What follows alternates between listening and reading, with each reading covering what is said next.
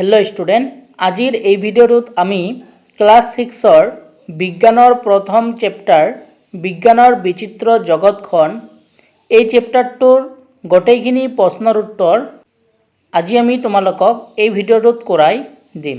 এই চেপ্টাৰটো যিমানখিনি কোৱেশ্চন আছে গোটেইখিনিৰ উত্তৰ মই আজি তোমালোকক এই ভিডিওতে দিম। তোমালোকে ভিডিওটো প্ৰথমৰ পৰা শেষলৈকে চাই যাবা আৰু তোমালোকে বস্তুখিনি তোমালোকৰ কপিত লিখি যাবা। তোমালোকে যদি চেনেলটোত প্ৰথমবাৰৰ বাবে নতুন হোৱা তেনেহলে চেনেলটো সাবস্ক্ৰাইব কৰি ৰাখিবা আৰু তোমালোকে ভিডিওটো এটা লাইক কৰি দিবা। তেনেহলে আজিৰ এই চেপ্টাৰটোৰ আমি প্ৰশ্নৰ উত্তৰবোৰ ডিসকাশন কৰো। তো তোমালোকৰ চেপ্টাৰটোৰ নাম হল বিজ্ঞানৰ বিচিত্ৰ জগতখন। ঠিক আছে, এই চেপ্টাৰটোৰ প্ৰথমতে তোমালোকক দিয়া আছে অনুশীলনীৰ প্ৰশ্ন উত্তৰ। ঠিক আছে, তো 1 নম্বৰত দিয়া আছে তোমালোকৰ খালি ঠাই পূৰ কৰা। তো এ নাম্বাৰ দিয়া আছে এইটো তোমালোকৰ বিজ্ঞান হল ডেশ আৰু ডেশৰ জৰিয়তে লাভ কৰা জ্ঞান। তাৰ পিছত তোমালোকক বি এইটো দিয়া আছে, সি এইটো দিয়া আছে আৰু ডি এইটো দিয়া আছে। তাৰ পিছত ই তোমালোকক এইটো দিয়া আছে। ঠিক আছে, এতিয়া আমি এই খালি ঠাইবোৰৰ উত্তৰবোৰ চাও। তোমালোকৰ 1 নম্বৰত দিয়া আছিল খালি ঠাই। ঠিক আছে, তো এই খালি ঠাইৰ উত্তৰবোৰ আমি এতিয়া চাম। তো তোমালোকক প্ৰথম খালি ঠাইটো দিয়া আছিল বিজ্ঞান হল ডেশ আৰু ডেশৰ যোগসূত্ৰে লাভ কৰা জ্ঞান। এই প্ৰথম যেটো খালি ঠাই আছে এইটো তোমালোকে লিখিবা জ্ঞান। কি লিখিবা? জ্ঞান। বিজ্ঞান হল জ্ঞান আৰু এই যেটো তোমালোকৰ খালি ঠাই আছে এইটো লিখিবা তোমালোকে প্ৰযুক্তি। কি লিখিবা? প্ৰযুক্তি লিখিবা। তো মই এইটো লিখি আনিছো, তোমালোকে ইয়াতে ভালকৈ চাবা যে বিজ্ঞান হল জ্ঞান আৰু প্ৰযুক্তিৰ যোগসূত্ৰে লাভ কৰা জ্ঞান। তোমালোকে প্ৰথম খালি ঠাই লিখিবা জ্ঞান আৰু সেকেন্ড যেটো খালি ঠাই আছে ইয়াতে লিখিবা তোমালোকে প্ৰযুক্তি। ঠিক আছে, তোমালোকে ভিডিওটো পজ কৰি এইবাৰ লিখি লোৱা। তোমালোকক খ নম্বৰ খালি ঠাইটো দিয়া আছে পৰ্যবেক্ষণ। তাৰ পিছত তোমালোকক ডেশ এটা খালি ঠাই দিয়া আছে আৰু পৰীক্ষা। এই পৰ্যায় কেইটা সমষ্টিয়ে হ'ব বিজ্ঞানসন্মত পদ্ধতি। তো তোমালোকে এই খালি ঠাইটোত কি লিখিবা? তোমালোকে এই খালি ঠাইটো লিখিবা আনুমানিক সিদ্ধান্ত। এইটো আ হ'ব হা, এইটো অ হৈ আছে, তোমালোকে এইটো আ বনাই লবা। ঠিক আছে, আনুমানিক সিদ্ধান্ত। ইয়াতে কি হ'ব তোমালোকৰ আনুমানিক সিদ্ধান্ত। গোটেইখিনি ঠিক আছে, তোমালোকে খালি কি কৰিবা এই অটোক আ বনাই লবা। ঠিক আছে, যে আনুমানিক সিদ্ধান্ত। তোমালোকে এই খালি ঠাইটোত কি লিখিবা যে আনুমানিক সিদ্ধান্ত। যদি তোমালোকে লিখি দিয়া তেনেহলে তোমালোকৰ এইটো শুদ্ধ হ'ব। ঠিক আছে, তো তোমালোকে খালি ঠাইটোত আনুমানিক সিদ্ধান্তটো লিখিবা। তোমালোকে ভিডিওটো পজ কৰি এইটো লিখি লোৱা। এতিয়া আমি নেক্সট প্ৰশ্নলৈ আগবাঢ়িছো। তাৰ পিছত তোমালোকক গ নম্বৰ যেটো খালি ঠাই দিয়া আছিল সেইটো হল ডেশ ৰ বাবে আমি খাদ্য পাওঁ। তো ইয়াৰ উত্তৰটো তোমালোকে লিখিবা বৃদ্ধিৰ বাবে। ঠিক আছে, এই খালি ঠাইটো তোমালোকে কি লিখিবা? বৃদ্ধি লিখিবা। কি হয়? বৃদ্ধিৰ বাবে আমি কি পাওঁ? খাদ্য পাওঁ। তোমালোকে এই খালি ঠাইত বৃদ্ধি লিখিবা। ঠিক আছে, তোমালোকে ভিডিওটো পজ কৰি লিখি লোৱা। তাৰ পিছত তোমালোকক ঘ নম্বৰ দিয়া আছে যে পঞ্জাবত মানুহে প্ৰধানকৈ খায়। তো পঞ্জাবত মানুহে কি খায়? ৰুটি খায়। ঠিক আছে, তোমালোকে ইয়াতে খালি ঠাইটোত কি লিখিবা? ৰুটি। আৰু ৰুটি বানানটো তোমালোকে এনেকৈ লিখিবা। ঠিক আছে, ৰুটি বানানটো তোমালোকে কেনেকৈ লিখিবা? এনেকৈ লিখিবা। ঠিক আছে, তো আশা কৰিছো তোমালোকে এই ঘ নম্বৰটো বুজি পালা। তাৰ পিছত তোমালোকক ঙ নম্বৰত এটা খালি ঠাই দিয়া আছে। এইটো হল কম্পাছত ডেশ থাকে। তো ইয়াতে উত্তৰটো কি লিখিবা? চুম্বক। খালি ঠাইত তোমালোকে কি লিখিবা? চুম্বকটো লিখিবা। ঠিক আছে, অনলি তোমালোকে চুম্বকটো লিখিলে হ'ব যে কি লিখিবা? চুম্বক থাকে। তো তোমালোকে খালি ঠাইত এই চুম্বকটো লিখিলে হ'ব। তো 1 নম্বৰৰ প্ৰশ্নৰ এই গোটেইখিনি খালি ঠাই মই কৰি দিলো। এতিয়া আমি 2 নম্বৰ প্ৰশ্নটো ডিসকাশন কৰো। 2 নম্বৰ যেটো তোমালোকৰ প্ৰশ্ন আছে এইটো এতিয়া আমি সলিউশন কৰিম।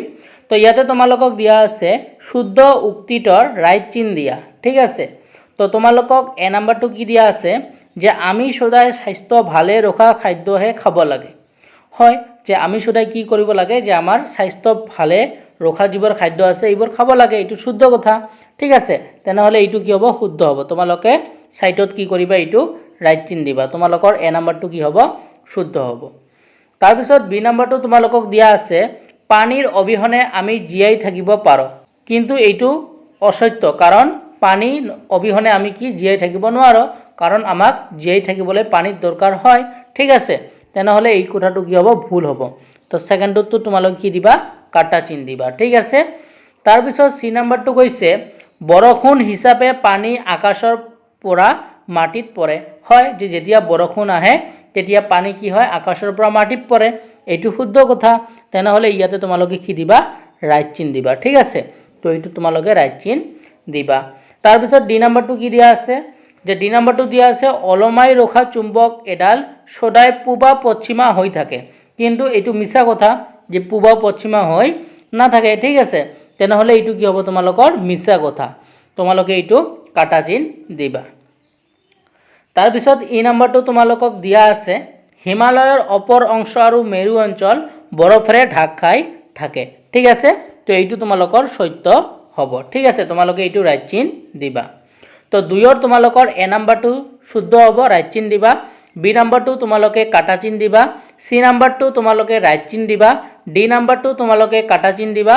আৰু ই নাম্বাৰটো তোমালোকে ৰাইট চিন দিবা।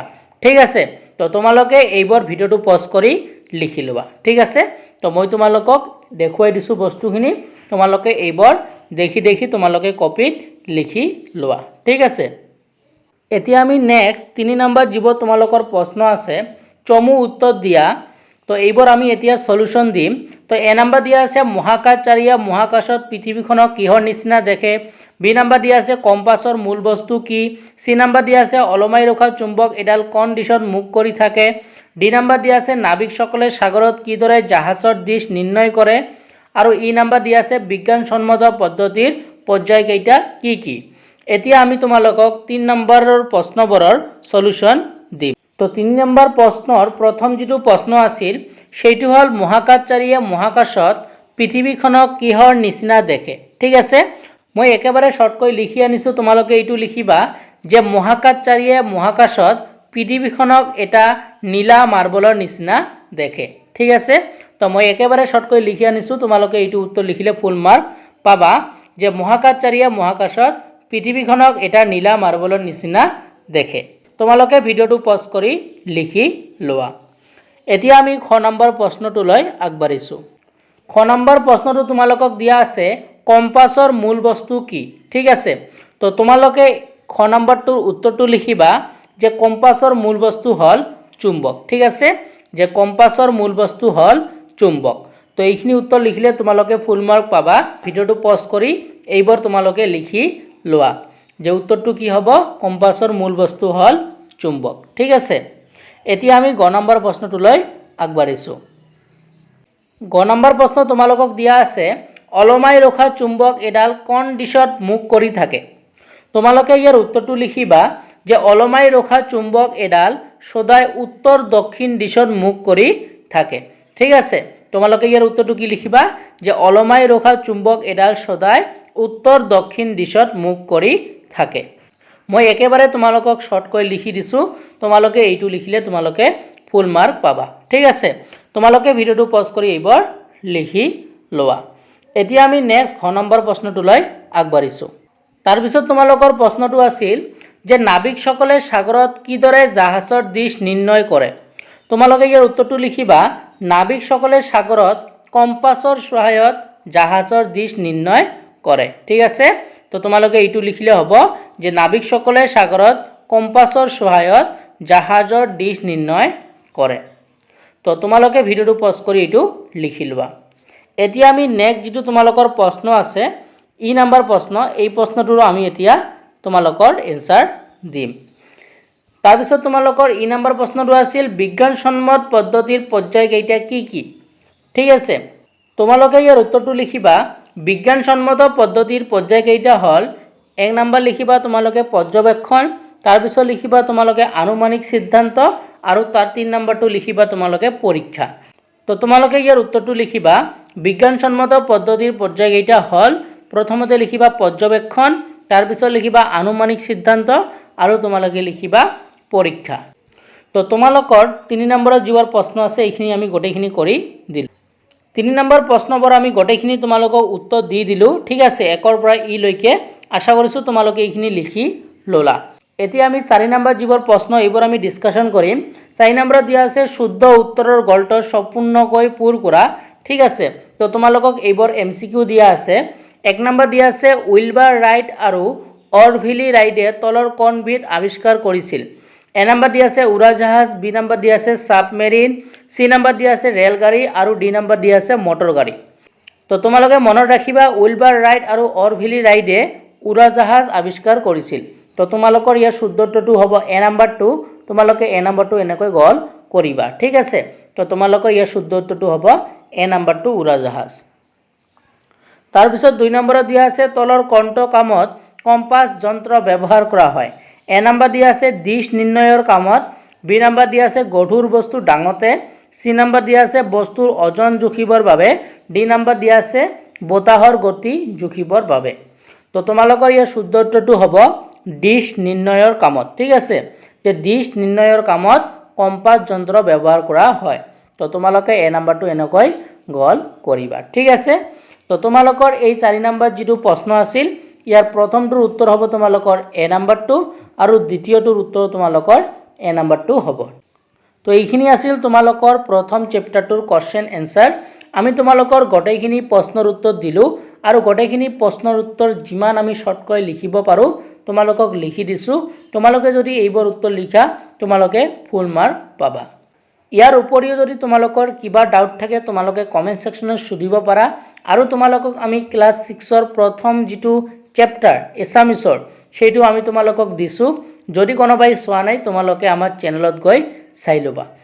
আৰু তোমালোকক বিজ্ঞানৰ কোনটো চেপ্টাৰৰ ভিডিঅ' লাগে তোমালোকে কমেণ্ট কৰিবা। যদি চেনেলটোত প্ৰথমবাৰৰ বাবে নতুন হোৱা তেনেহ'লে তোমালোকে চেনেলটো ছাবস্ক্ৰাইব কৰি ৰাখিবা আৰু ভিডিঅ'টো তোমাৰ বন্ধুবৰ্গলৈ শ্বেয়াৰ কৰি দিবা। তেনেহ'লে আজিৰ ভিডিঅ'টো চোৱাৰ কাৰণে তোমালোকক ধন্যবাদ জনাইছোঁ।